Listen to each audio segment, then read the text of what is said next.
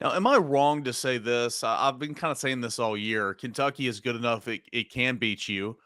Kentucky's a solid football team, but Kentucky, at least offensively, is not what it was a season ago. I think it's getting back to that slowly, but they lost some firepower. They lost three starters on the offensive line.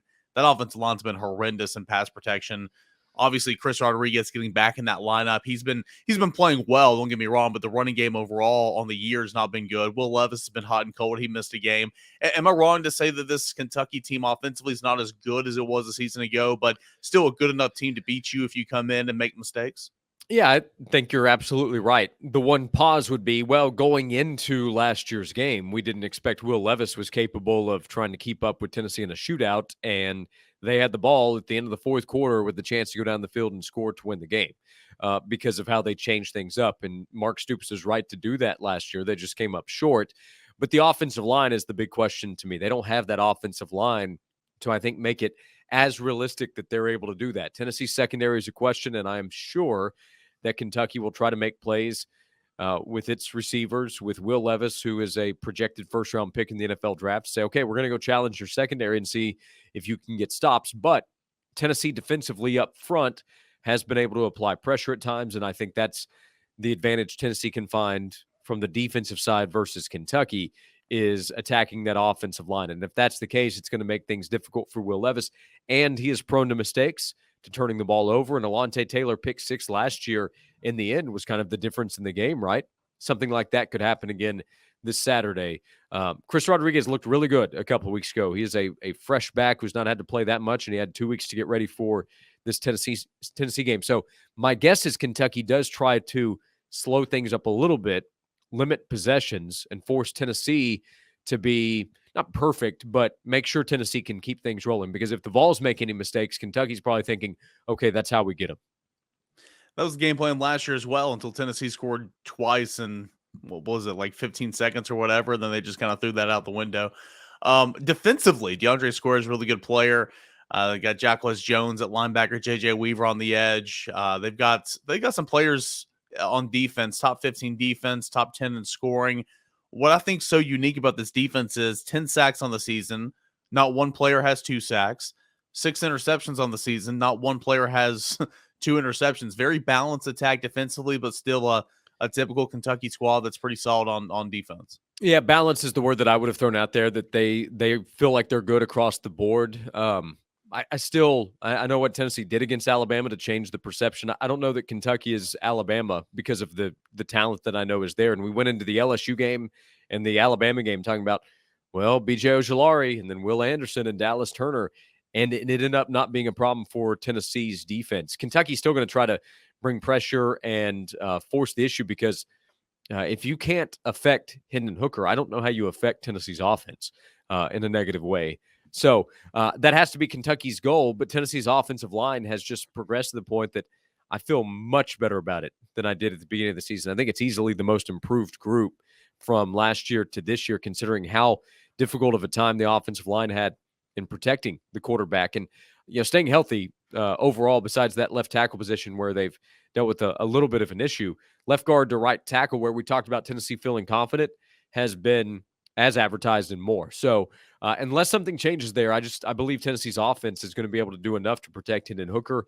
He'll take care of the football, and Tennessee will be able to put up too many points for Kentucky to keep up. If I'm wrong and Kentucky's able to force some pressure and we do see a couple of bad throws from Hendon, that to me is Kentucky's best chance to make it a game. Josh, since you're much older than me, we might have different answers here.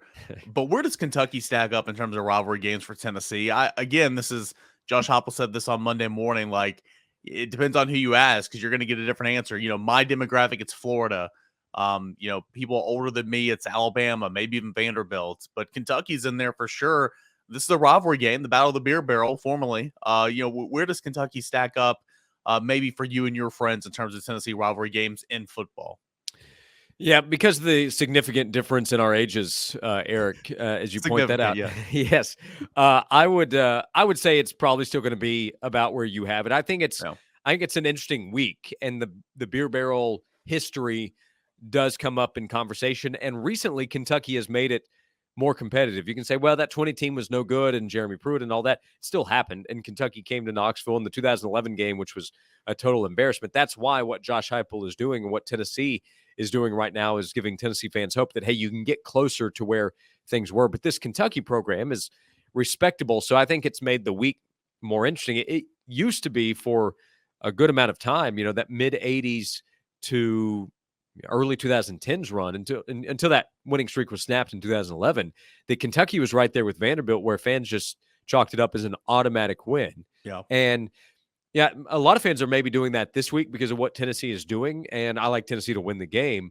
but Kentucky's program has been more respectable. That's really the biggest difference. Tennessee's had the drop off, but Kentucky's become a quality program. So Alabama, Florida, Georgia are easily ahead of Kentucky if you're having a rivalry conversation. But in the SEC, because you play Kentucky every year, I'd put Kentucky out of South Carolina in how you kind of view the game. And Vanderbilt just hasn't been nearly competitive enough for it to crack that conversation. So I'd put it fourth there. There are other SEC West teams that make that week more interesting, like going to Baton Rouge to play LSU, or next year when you play Texas A&M. That can be a more interesting week. You just don't get it often enough right now with the SEC scheduling. So Alabama, Florida, Georgia, then Kentucky for me. Am I nuts to have Kentucky in front of Georgia? Yes. Yep, you are.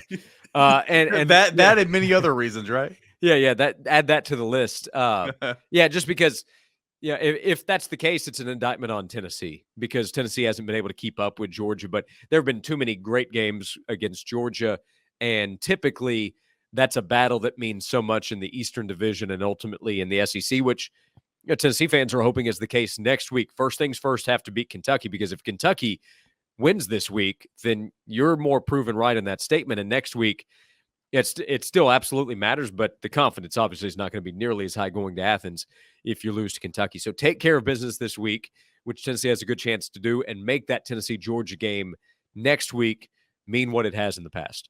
Well, when you put it that way, I guess it makes some sense. Last thing, UT Martin, no huge major takeaways. If you have any, please let me know. But 65-24. Hendon Hooker put up a lot of stats playing a quarter and a half. He had a double pass. Princeton Fance looked like Superman out there, except for that drop touchdown. What are your big takeaways, if any, from Tennessee and UT Martin?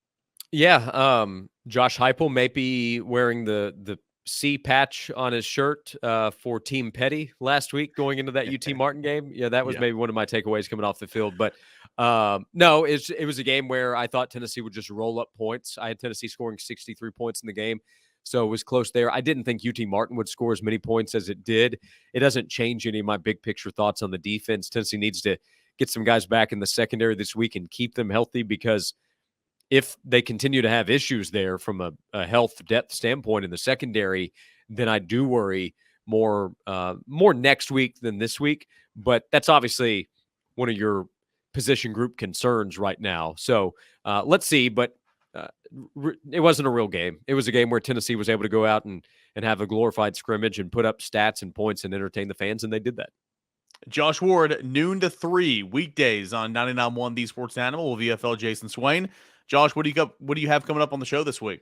Yeah, big week with this game mattering so much, and there is the build up to Georgia next week. But I'm kind of on the side of don't overlook this team, and the team I don't think is, but just in the general conversation. But fans are fired up; they're having a lot of fun. We're trying to have fun as well. 12 to 3 every day on Josh and Swain.